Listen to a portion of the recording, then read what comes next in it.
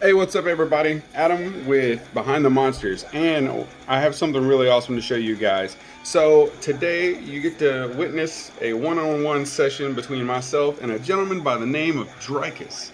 Hope I pronounced that properly. So, he is from South Africa, and he will be calling in from South Africa this morning. He is the lead singer of the band My Columbine. Check them out on Spotify. They are absolutely awesome.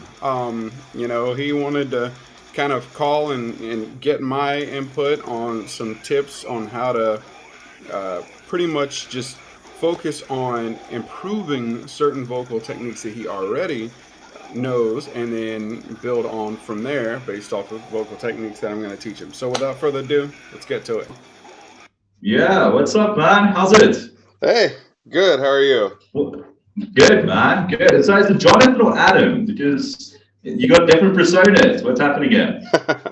Well, let's see. It's actually pretty calm. It's nice and warm here in Texas. How's it down there in South Africa? Oh, really great. We had some thunderstorms here, but it's overall good weather. I was actually quite surprised that we're going to sit here in lightning storms and doing vocal ranges. So Nice, nice. So what would you like to work on this morning? So yeah, like I said, I've been out of action a bit for a while now. So the band was on and off with band practice and everything, but we started actually practicing again now quite a bit. To explain my ranges a bit, so I'm not as clued up as you on my ranges, but I can do high screams. I do similar to Black Dahlia type screaming. And then I've got a growl as well that I do, but I do N-words. I know a lot of vocal coaches don't like the N-words thing on it itself, but I do N-words. Yeah. And I started with a lot of grit screaming as well, a little bit grit to it, like probably like a false chord, if I had to put a term to it itself. So it's more just the biggest thing I want to do, right, is anything I can do inwards, I want to do outwards. That's the biggest thing. So the beauty about working with exhales compared to inhales. So with inhales, it's literally like trying to catch your breath. You don't have very much longevity, because you're like, and it starts to feel like you're holding your breath in a bathtub. So my son, he just turned 12. That's why we still have this up. Yeah, nice. I wanted to ask whose birthday was it. Nice, congrats, huh? Oh yeah. So he's 12, but he learned how to do inhales whenever he was about 11, and then he was like, Oh, nice. Dad, why can't I do what you do? And I'm like, well, you have to learn how to exhale. And he was like, Yeah. so he kept beating his head against a brick wall, and he's like, no, I'm going to figure it out with inhales. And I was like, well, I'll be here whenever you decide that it doesn't work anymore. Yeah. So So the only thing I picked up with the inhales, you don't have the force or the same force that it comes with for exhaling. So you have to like bring the mic really close, and you have to force it to actually project the sound. yes, exactly. So I compare the inhales to the way that an alligator or a crocodile's bite works. If it does Oh this, yeah, good luck trying to get it back open. But fair enough. um, Yeah. the other way around, it's really easy to close a crocodile's mouth. So with inhaling, it's very easy to run out of breath, and with exhaling, you have the full capacity of the lungs because we're built to exhale more than we are to inhale. We inhale as a means of survival, and exhaling is something that we practice every day with talking and singing and what have you. Yeah, because talking is basically just a technique. So it's just applying the same technique, but re-engineering it basically the different way around. So Absolutely. So the way that I can help with exhales is um the technique with exhales is have you heard of the vestibular folds? Okay. I'm gonna close. So when you mention false chord, it's referring to, excuse me, that part of the body, the false vocal folds or false vocal cords. So there are these little flaps that are right above the vocal cords. So the ones that I'm using right now are the vocal cords, and the vestibular folds are just chilling. They're like, oh, okay, he's not going to use me right now. I've trained my vestibular folds to go, hey, we need to stay ready because sometimes this dude does this crazy like monster thing, and we don't want to be caught off guard. I gotta really get you going out because you can literally just like bring it up like straight away and just go for it. So they need to be ready all the time. Oh, absolutely. That's why I started off with coffee this morning. It does help. Oh, nice. Yeah, it's almost like you don't want to drive a car anywhere without oil, that kind of thing. Yeah, fair enough. I normally use anything that's a little bit gassy as well, just to create like that phlegm, a little bit stickiness to it itself. So yeah, it kind of helps. Oh yeah. So as far as the exhale, what I have people do whenever I'm teaching them is if you could start off with the teeth together and don't go, go, like you ever go to burp and you wonder what part of the body is using that because it's not the vocal Oh, yeah. cords. You know, it's kind of just, Oh, yeah. It's dead, right? Mm. So instead of going, you go, and it's this dead feeling.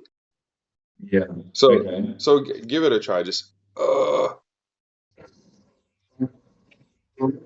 Yeah, I couldn't push it. I couldn't add grit to it, right? It's just yeah. See, that helps a little. Yeah. So the voluntary thing for you to want to do is go, because it's second nature, but fight the urge to use the vocal cords at all. Just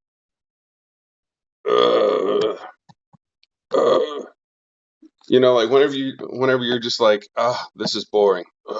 yeah. So it's kind of like a sigh, like Yeah, it's like a yeah. So without pushing it, just let it go. yeah, so you take a sigh and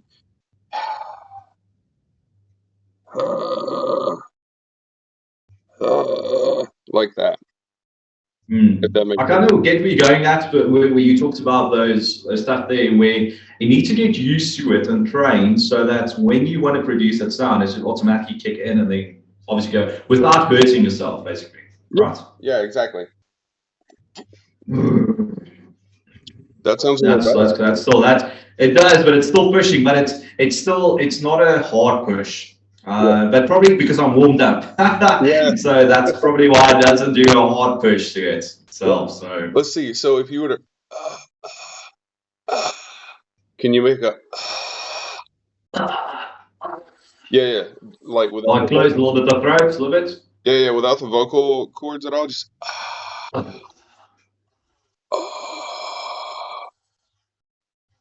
and if you can force that air out, it sounds almost like without closing the throat or just pushing that, right? Is that what you mean? There's a little compression back there. Yeah. So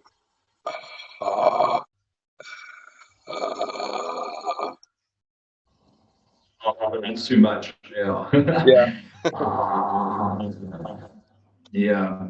Yeah. If you try. Okay, I get where you're going to. Yeah. What's that? I get where you're going to. I kind of get where it needs to be natural and it needs to not be forced actually. So it needs to like just come out basically, right? Yeah, it's usually an involuntary thing that we do. So if you go from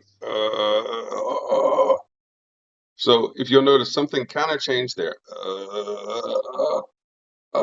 It's like I'm bringing something back. So I'm with you. Oh, okay. Because I feel everything's going forward, so it needs to sound like something is actually contracting back. No, that's too much. Okay, yeah, I felt that. It felt like it sank, but yeah. Yeah, it just like it was pushing out, and then yes, okay. Yeah. So what helps sometimes is if you take the tongue and you curl it back. Yeah. Okay. Yeah. Okay. Yeah, that wasn't even pushing it as well. So it's more like no, that's pushing.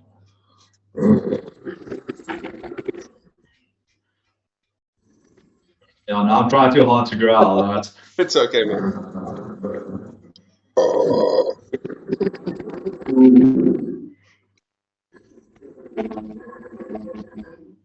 I can feel the air compressing behind that, and the tongue grasping it and holding it there, like Yeah. in that section. So a lot of it, people say, activate the diaphragm. We're like, what is the diaphragm? I've never gone, oh, there it is. So I don't know what it looks like without putting it yeah. in.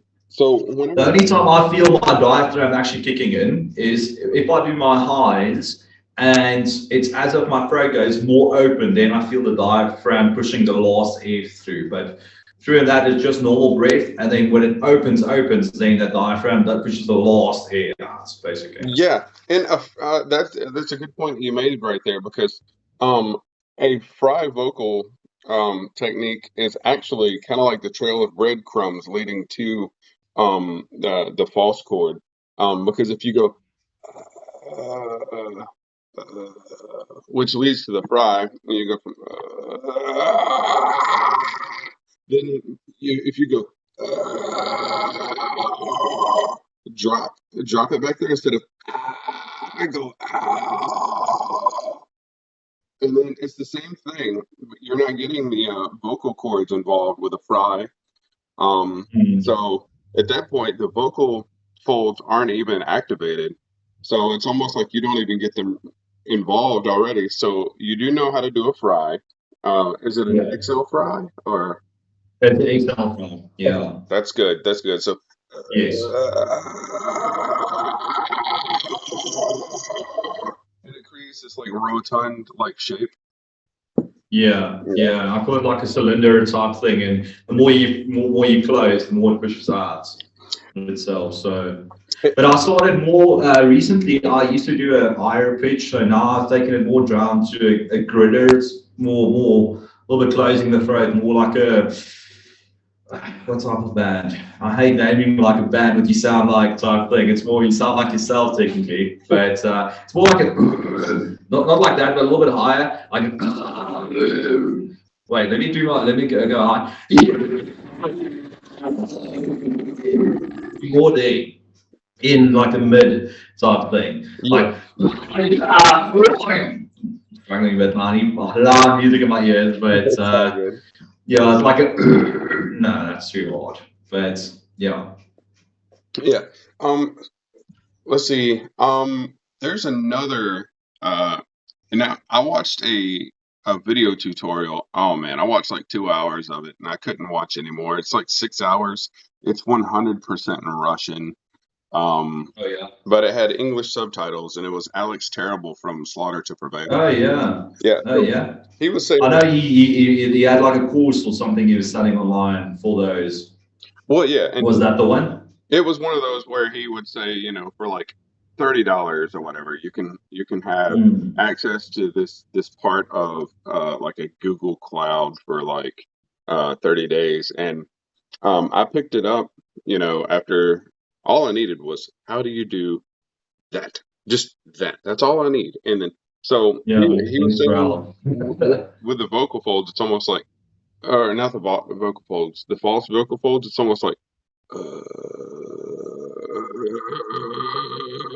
and they're barely touching. If you tighten up too much, then you wind up with and then it's like toilet sounds. True. And I remember seeing one of his videos as well, where he like as if he starts compressing the sound and then he opens up on that, but he literally gets to that point and then he opens up. Yeah. So yeah. If you can do it with the teeth together, just the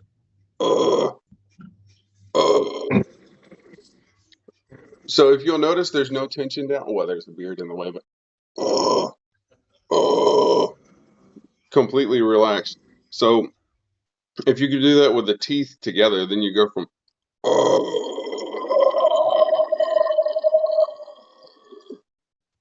and then the throat will be closed. Do you close the throat a little bit then? Yeah, there's this like right about here. Is where I feel it.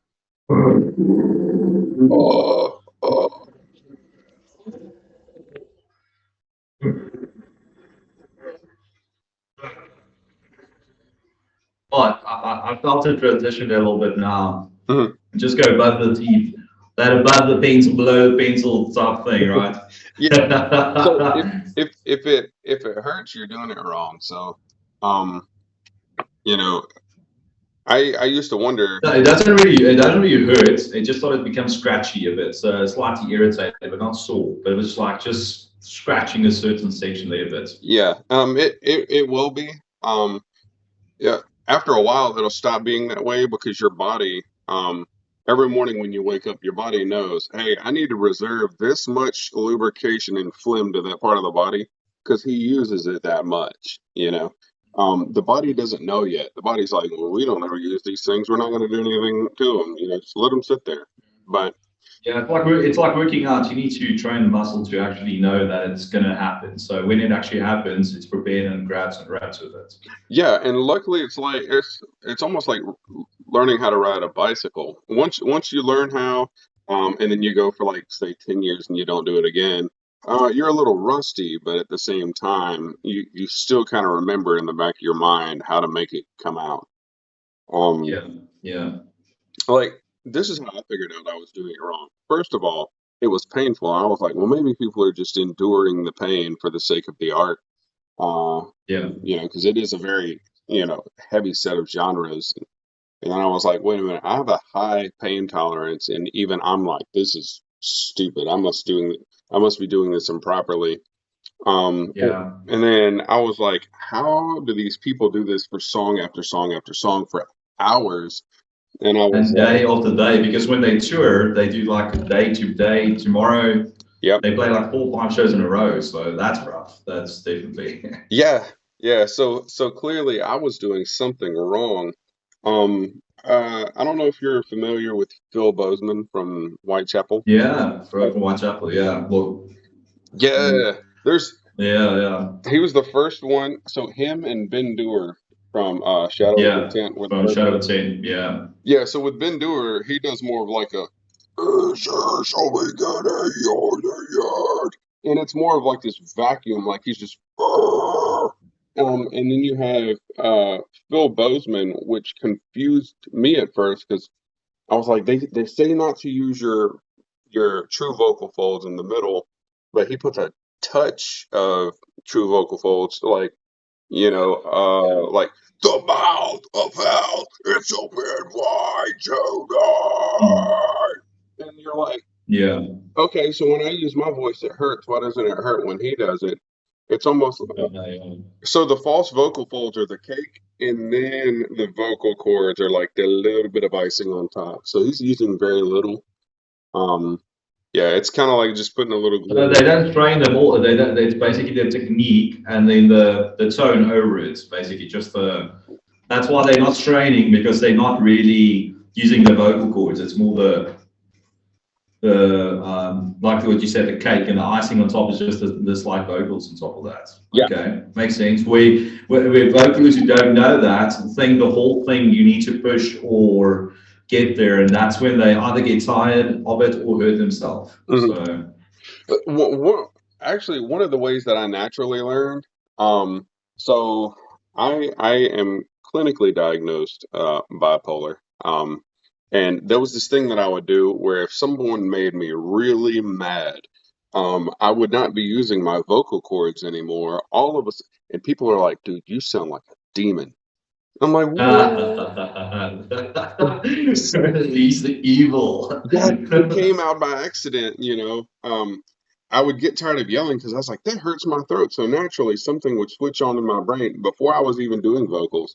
And I was like, ah! And they were like, what the hell? Your eyes turned dark and like there was like no life in you. And I was like, so I went and I got help. Because I was like, this is not normal. Yeah. And then once I found a way to kind of hone in on it. It's and it's a practice thing. I mean, we can do this kind of thing once a week to see how your progress is and all that.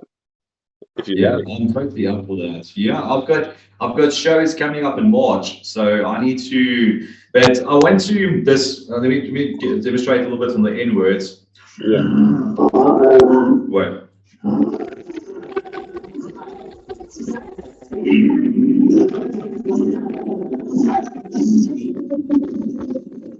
pretty monstrous.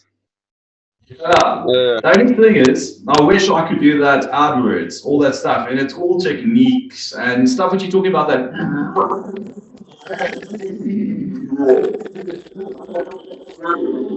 everything is there that you're talking about, and you just need to obviously practice that. Yeah. Now, the outwards one, and I totally understand what you mean about throwing the chords here, because my chords know if I go, it needs to produce. Yeah. So now it's more a fact of training it to if I do the outwards one that it actually kicks in. Mm-hmm. Yeah, there's there are kind of like these warm-up things that I do that help to prepare me.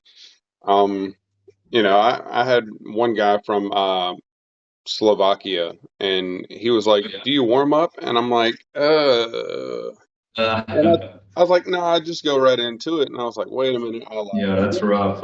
Yeah, that's rough. I've also got vocals that I warm ups that I do. It's called Vocal Ease. It's an app that I use. This guy also does like lip frills and or and then this gung gung gung gung thing. That thing's rough. But I used to do the Melissa Cross one for a few years. yeah, It did help, but then I actually. So when I started with the inhales, I thought when I looked at Melissa Cross's stuff many years ago, I thought she was doing inhales. So when she was doing that RE stuff, I was like, oh, cool. I'm doing it right. I'm doing it right. Meanwhile, doing inwards, which is totally not the way she wants it, but kind of stuck. So yeah. Speaking of that, but that guy from Slovakia, does he have a YouTube thing that he does warm ups or like somewhere on Deezer or something like that? no, he was actually asking me, if it was something that I did, and at first I told Oh. I told him no, but at the same time, it's yeah, truthfully, I do. I warm up all day until I decide that I'm gonna flip on a song and just let her rip, But I'll just be walking around. And see, the mouth is completely closed right now. Yeah, like I said, I can only do that inward. Yeah. So you have it there. It's just wrong direction. That's all. It is. Yeah. It is. Yeah. It's yeah. Also something that I need to do as well, and this is what I want to work on. So I can only my full potential on screaming only comes out when I've got loud music in my ears or playing in a loud room as well. That because then what I try and do is I scream louder than what the music is. Yeah. But I want to do that without the music. I want to, even if it's not as loud as what I would have done it, I just want to, because I sounded like shit now when I just try to do my screams because there's no loud music in my ears. But I want to get to that point as well. Yeah. So Phil Bozeman is my gateway guy. That's who I started off with. I kept watching the same video, and he was actually sitting in front of a window just like this one, and he was like, "This is how I do this, and don't strain." And then of course Ben Dewar again. He had this one breakdown that people were watching videos of when he was in the studio. Oh yeah, that thing where he was standing and screaming like doing all these vocals there, right? Was it that one? It's a few years ago, right? Yeah, it's whenever he did The Heretic Prevails. Oh yeah, that's the album. Yeah. When he had short hair as well when he did that. Yeah, so what I did was I took that whole breakdown and I slowed it down, and I was like, all right, I'm going to learn each one of these because from what I'm noticing, people do these techniques individually sometimes in a song, and it's over the course of different bands. But this guy, here he is in 20 seconds, like, I'm going to do it all. So I was like, wait a minute. I didn't know you could do all of that at one time. So, yeah. And Adam, that's kind of the direction most of the bands are going these days, right? They going, well, every vocalist is trying that and push all your ranges in one song. But you need to master your ranges first before you can just let it go loose and obviously structure your song according to fit everything in. But I saw that. I was just telling my mother-in-law as well. She was really excited, saying, "Oh, you're gonna chat to American Oak," and I'm like, "No, yeah, cool. He's willing to help me out." So, Yeah. and I was just thinking about what I try to explain to her is you teaching me is more in a modern way vocaling now versus older, like 10 or 15 years vocals, Yeah. where your ranges and everything you work on is guys doing it now, Yeah. and not older vocals. And this is the generation that's going forward now with this. So like a Will Ramos and those guys Yes. who can do everything in one song. That guy nails. But yet again, I saw that one show he did now live, and it makes totally sense when you say the cake and the icing. That makes completely sense because he doesn't even look like he's even trying hard, and he's not pushing. Yeah, he's not pushing at Yeah. all. I watched a lot of interviews with him, and he was saying the keys to relaxation, um, lots of tea. He's a Really. tea drinker, straight black coffee. So I mean that's only a tiny, tiny bit, that. Um, but with Will Ramos, like for instance, there's since we're on the subject of him, not to get off track, but he has this thing where he does these goblin high vocals. And I started sounding like Schmeagol from Oh, Lord of the Rings. yeah. Um, Yeah. I was Yeah. trying to show my sister-in-law. I was like, "Hey, my son and I, we're doing this song together," and she was like, she's a huge Lord of the Rings fan, and she was like, "Well, if you were imitating Gollum, I'd say you were spot on, but she was like, I take it you're not trying to sound like Gollum at all," and I'm like, Yeah. "No." Yeah. So I found out how Will does that. Oh, Instead of yeah. everything back here, there is a little bit, but the nasal cavity and the sinus cavity, when it's not all Yeah. stopped up from having a cold, it's actually a rotund instrument that you can use too. So instead of going like you go and so you try to force the air to come out of your nose at first. And the way to train yourself is plug the nose and try to send air up there. So then you wind up with like ah, or if you drop it, oh. So then you wind up with Dickie Allen. That makes sense. Oh, yeah. Oh, yeah. Yes, I saw his new album came out today. Scumfuck's album came out today. really. Yeah, yeah, yeah. I just downloaded it. It came out today. Yeah. Oh, I gotta look that up. Yeah, there's one or two good tracks because I saw a teaser yesterday or the day before, and then the album came out today. Nice. Yeah, my son and I will probably look over it and do a reaction review. We're trying to build up Oh, like the a channel. yeah, that's brilliant. That's great doing stuff like that. Especially it's cool that you're doing with your son, right? My boy is only like 10 months now this time, so we've still got a while to go with him. But my daughter, who's nearly 3, she takes more after me. So Yeah. Yeah. yeah. My both of my sons do this. I have an 8-year-old and a 12-year-old, and I didn't teach the 8-year-old. I taught the 12-year-old. So Yeah. the 8-year-old taught himself, and he's like, "Hey, Dad, is that good?" And I was like, "How did you? I've been doing this for years," and that let me Yeah, know yeah. that I could teach people how to do this. If an 8-year-old can do it, I could teach people how to do this. You know. Fair enough. Yeah, I saw one of your videos as well. You were like, no, I taught my son this, and he's nailed it in like 3 weeks or 4 weeks. I'm like, whoa, geez. I've also been doing this for like 7 years, 6 years. So yes, for a young kid like that to produce that, but look, they're still sponges. Me and you would overthink it most probably, but yeah, with them is they just do it basically. Yeah, they don't have the ability to overthink something because they haven't been alive long enough to know what Yeah, overthinking fair is. enough. Um, That's exactly. yeah. Let's see. I'm trying to remember what I got my son started on. He was stuck on Slipknot, and I was like, that's good and everything, but the whole world is not Slipknot. You Fair know, enough. And Corey is quite one-dimensional in his screams and his cleans. That's basically that, right? yeah, and a lot of his is built off of smoking for 20 plus years. I'm And years of screaming like that, his voice is kind of stuck there at this point. So Yeah, he naturally has that sound in his voice, like he's ready to yell at any moment. But I got my son started on Ben Dewar, and I could show you like the breakdown that he does that I was talking about, where it's like oh other yeah. parts. So I'm actually on the spot here. Oh well. He's like, I will not run. Just rather be planning as I suffocated toilets.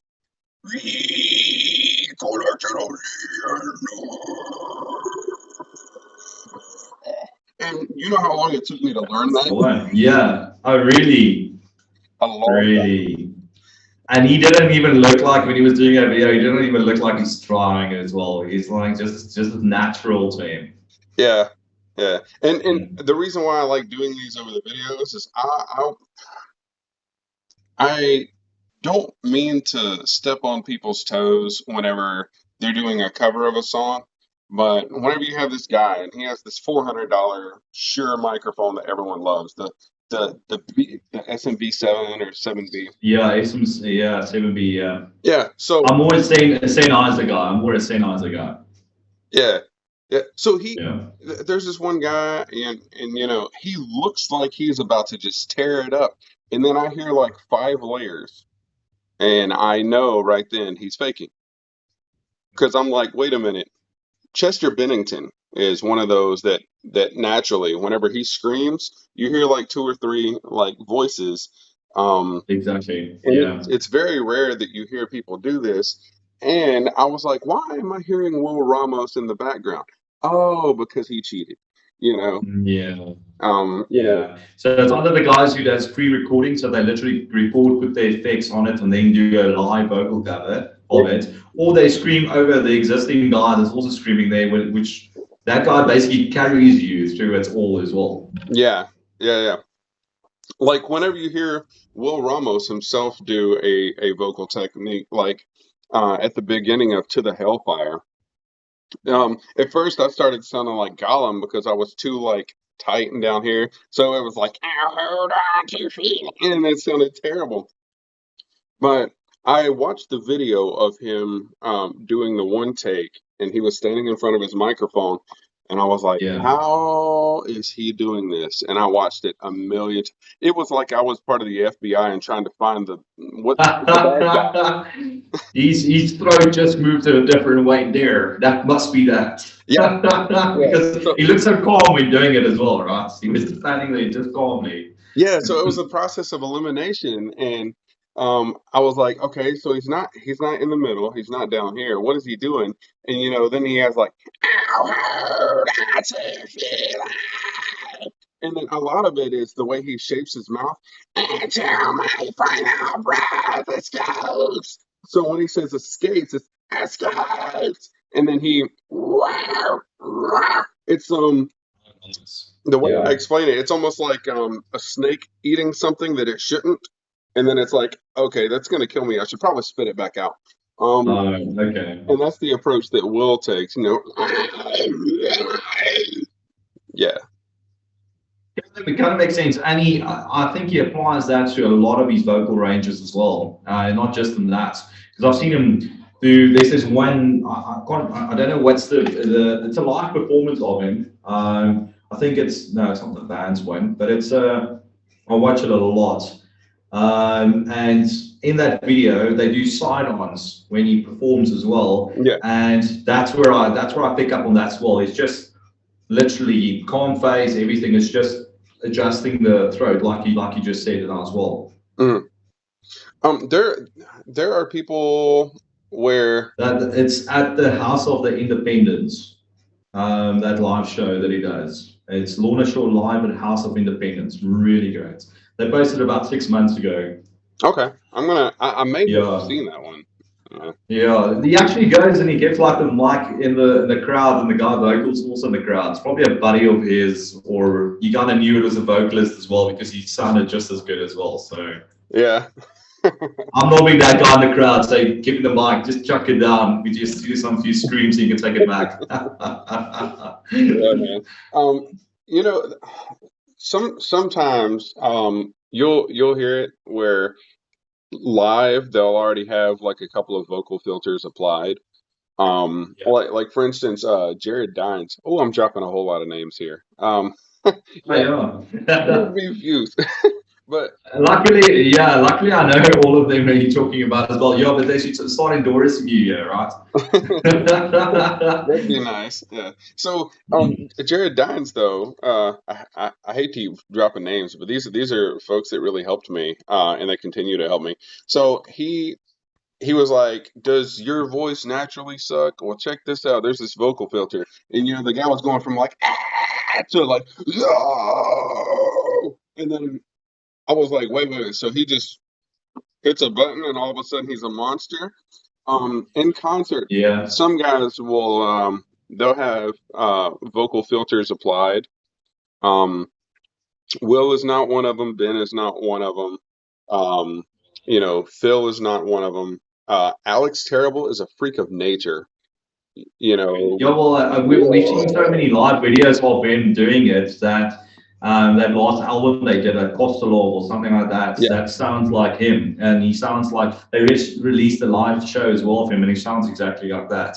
I yeah, must say, one of the vocalists that I've seen that uses the most effects on his voice was the ex Chelsea Grins vocalist. Can't remember what's his name, mhm, but that guy, he had like, yes, it filters on filters on filters.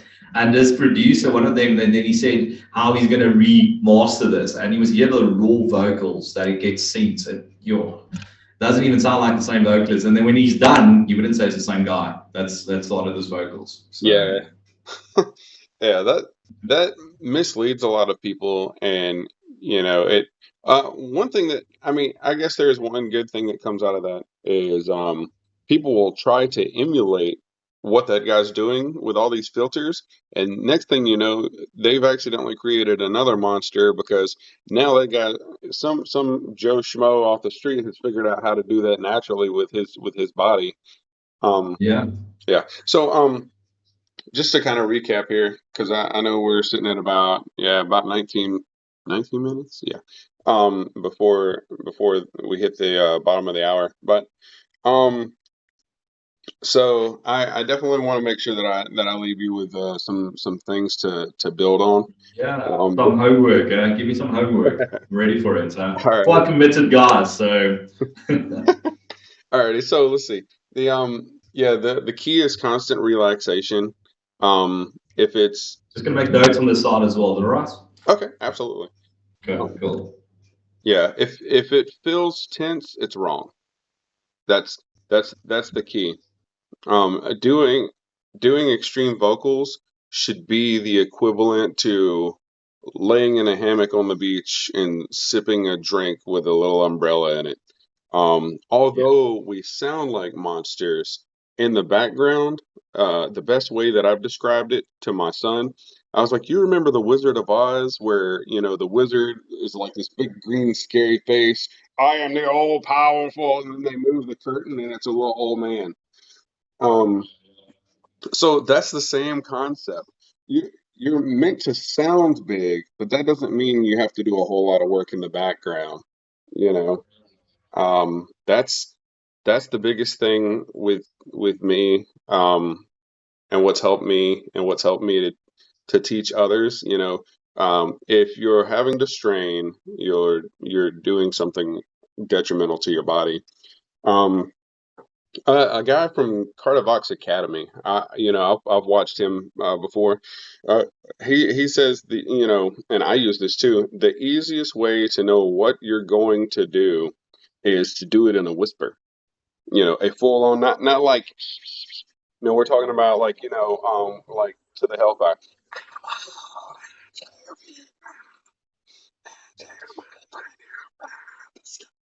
And then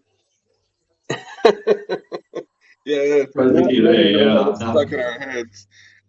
But yeah, Mhm. he said it, whisper it and then start applying the technique gradually to the whisper. That way. To my finger, the skies gazing around this world. And just kind of crescendo a little bit, I guess. And Okay. then I guess the other way would be a fermata. I haven't done music class in forever. Um, but yeah, that those are the things. Trying to figure out what your vocal range is as far as utilizing false vocal folds. Um, they say typically if you can't speak it, you can't utilize false vocal folds to do it either. Because with like a falsetto voice, if I were to go like I don't know, like ah, then I should be able to reach that with a fry. So ah, so I can. It sounds, but I can reach it. So if it's singable, then it can be translated into a harsh vocal technique. If you can go oh, oh, and it's weird how that works because the same thing that Okay. we're using like mouth shape and then body shape. Um, the majority of it is mouth shape. Um, Hmm. you Yeah. know, it's like the way that I explained it. I've picked that up with my nails. Anything I do with my mouth, yeah, can reject sound.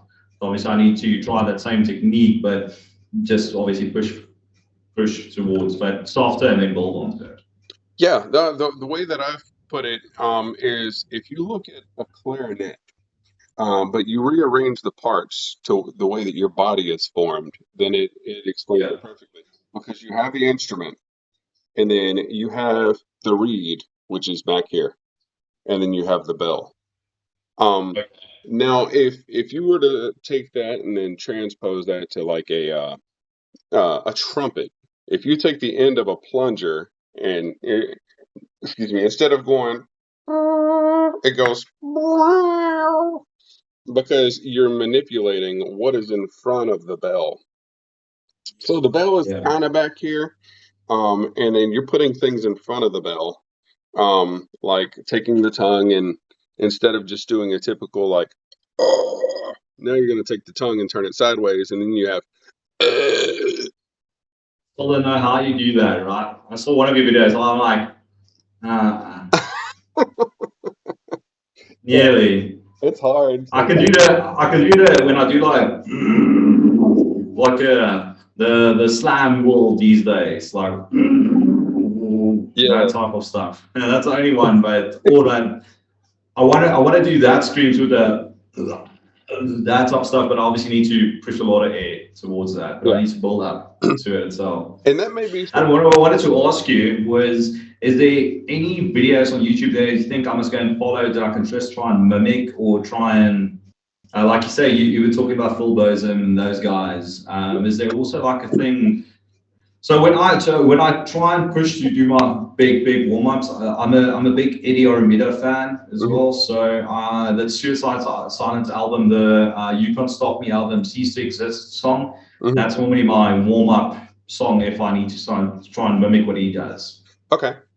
So there's there's somebody that helped me to kind of break the monotony, to help realize that I was doing it wrong as well. And it's called Riff Shop. Um, Okay. I think the guy may be of Asian descent. I'm not sure, but I mean, ironically enough, he has the hat on backwards a lot typically. And he did this video where he said, for 30 days, I tried to learn how to scream, and he Oh, filmed it. yes. So, it Wow. went from to, and then he was able to figure it out by watching himself what he was doing wrong. So he'll break a lot of techniques down, kind of like I'm doing. Um, just very like teeny tiny steps, and then next thing you know, you're able to. do what he does. That's how I learned the pig squeal. You know the. Oh, nice. Just the inwards. Yeah, my son does his pig squeals in inhale still. Yeah. But yeah, Riff Shop, RIFFSHOP. Um, that was just one thing that I pieced together. I did play around with Cardavox Academy on certain things. Um, I found that he was teaching me a certain way to do it, but whenever I did it, I sounded completely different. So I thought I was doing it wrong. Um, Recording what you sound like whenever you take somebody else's song, um, and then putting it side by side helps. You know, Okay. like the Okay. um, Ben Dura was again. I keep going back to him because he was like one of my foundations. Um, him and Randall Bly. Oh yeah, Lamb of God. Yeah, it's a compliment, I Mm. guess. Whenever people are, I wrote a song and my buddy was like Randall Bly much, and I'm like, oh, I don't want to sound like somebody else. Yeah. Yeah, fair enough. Ironically, one of our covers we're going to do is descending. So, so I Ah, need to up my game a bit. And I'm going to make it my own when I'm going to vocal it. So, but yeah, that's on our to do list. But ironically, we've got a band in South Africa called Ham of Bob. So they are a Lamb of God cover band called Ham of Bob. And yeah, the guy who vocals identical to Randy. So yeah, yeah, when he started out, that was his idol, and he started vocaling, and that's where it kind of stayed. So that's cool. That's cool, man. yeah, Yeah, I've actually tried to get away from it because he was actually one of the first ones. Going way back, one of the first ones that I was able to kind of play with was Chad Gray from Mudvayne. Um, oh yeah, yeah, like strong vocals, really, really strong vocals. yeah. So he's one of those Yeah. that does a hybrid between true vocal folds and then when he does like But he's also got the voice for it, right? He's also got that type of voice to actually produce it because it's a lot of his own tone that comes through. Even when he talks, it's like that type of tone that goes over it. yeah, and he has a very raspy voice too. I think a lot of Mm, his attributed to smoking back in the day as well. Um, mm. you know. Oh, real quick because I know we're on our last 10 minutes here, but um, so with the evolution of vocals and the way that they are, I like to use Corpse Grinder as like this Oh, yeah. the old for the old school vibe, Yeah. yeah. That type of. And then what almost killed death metal was the fact that everyone wanted to sound like Corpse Grinder. Mm, But then you get guys like Dickie Allen that completely changed everything. And even though a lot of people hate to hear about it because and they were unique in themselves, Cradle of Filth, they sounded like yeah. witches. Um, but Mm, I feel like Dickie Allen got some of his influence from like Danny Filth. Um, yeah, I agree. They do that one song called I think Three Pigs or something like that, and he's like he takes it yeah, all the way there up as well. So yeah, that's definitely vibes you get from that. yeah, yeah. It's uh-oh, lost train of thought. We were just talking about it. Oh crap. Um, so you were talking about Corpse Rider, and then everybody Yes. mimicked Oh, that. there we go. Yeah. Thank you, thank you. So, Mm. you know, the way that it's evolved is Dickie Allen set the bar whenever they came out with like Blasphemian. I don't know if you're familiar with that song. Yeah, yeah, yeah. It's a that music video. Oh yeah, just Yeah, it's all over the show. Like, but even that scream he does in the beginning is like, yo, that's up there. But that's where that Danny Phil vocals comes in there. That's inspired vocals. yeah, yeah. So, um, one of the things that I started trying to do was I was like, yeah, and then I'd go back and I'd Mm. okay, I need to fix that. I don't sound quite like him. And then he started doing the goblin, the goblin thing where, after all of this, craziness with the really, really fast snare drum and all that stuff, it gets to the one part where, and I think this will help too, if you want to utilize that part to help you with gutturals, um, and your range altogether, is it'll get to the part where he's like,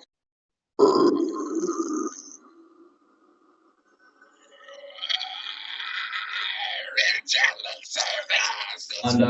Yeah. I heard that and I was like, whoa, I gotta learn how to do Oh, that. yeah. Yeah. I know which section you're talking about. Yeah. I just didn't know you held the vocal. Like I didn't know that. Mhm. Like what you did now. I didn't know in the song he actually held it. I thought it was just the effect on top of that. Oh no, there's this uh portion where they did a video of him piecing together um, the song itself. Um, Really? yeah. Okay. Dickie Allen isn't one of those that's like a one take kind of guy. As a matter of fact, he'll do something and then he'll go, "Wait, what did I do again?" And he has to go back again. No. Oh, Um, really? Okay. yeah. Versus guys like Will, and Will Ramos is almost like one of his proteges. Uh, he was able to. He thought it was all one take. So he was like, "Cool." Wow, so you trained it like He that. So trained because you himself to thought, do something that yeah. his. That's what you were saying, you create different beasts, right? You create Yep. different beasts because that's how they think it Mhm. works. That's also why I named the channel Behind the Monsters.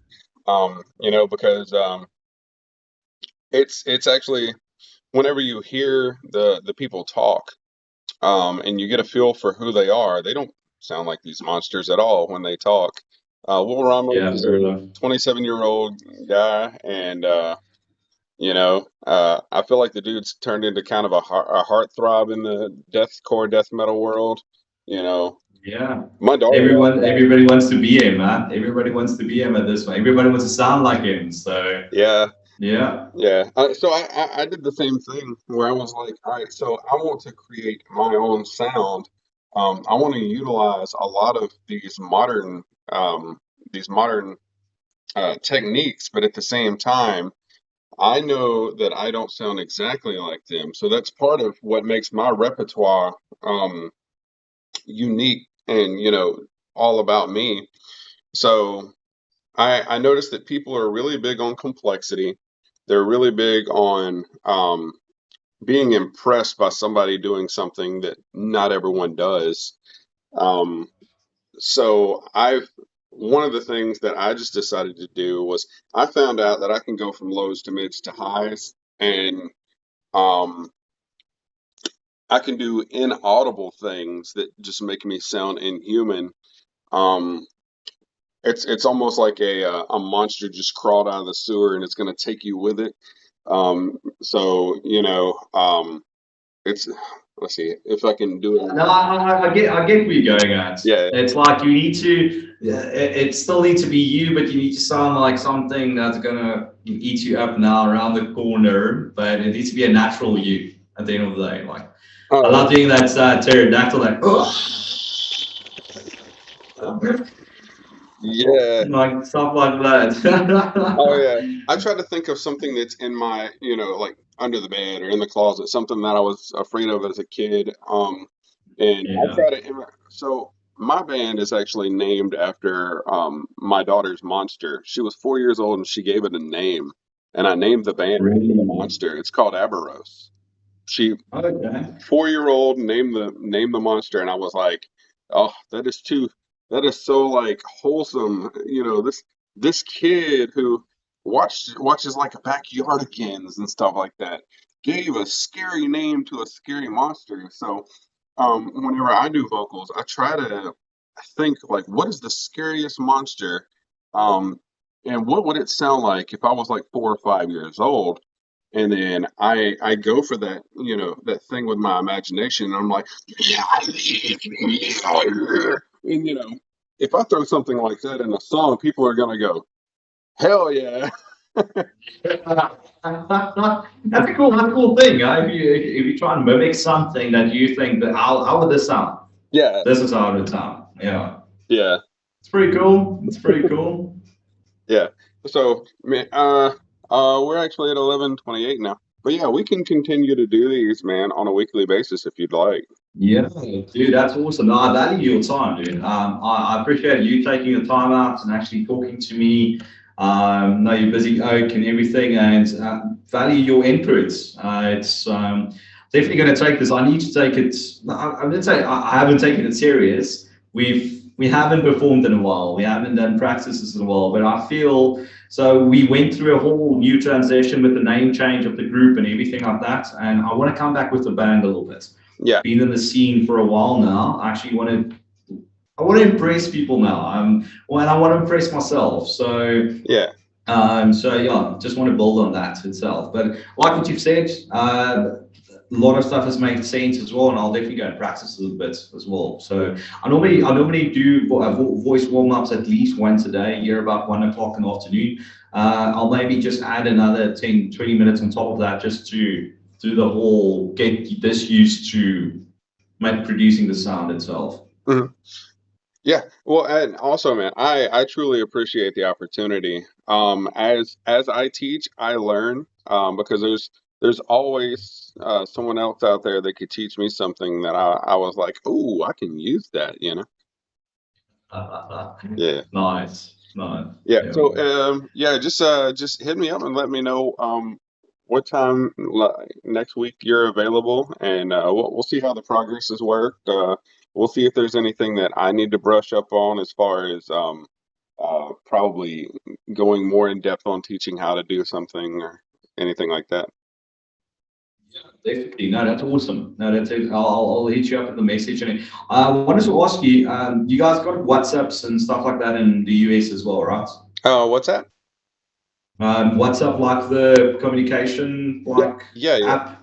Yeah, we do. Okay. Yeah, no, definitely. What I'll do is I'll send you, I don't know how your numbers work and versus our numbers, but I'll add you as a contact. Then we can rather chat through WhatsApp than Facebook, because I don't always see my Facebook notifications, but we can maybe chat through WhatsApp and then we can arrange it through that if it's all right with you.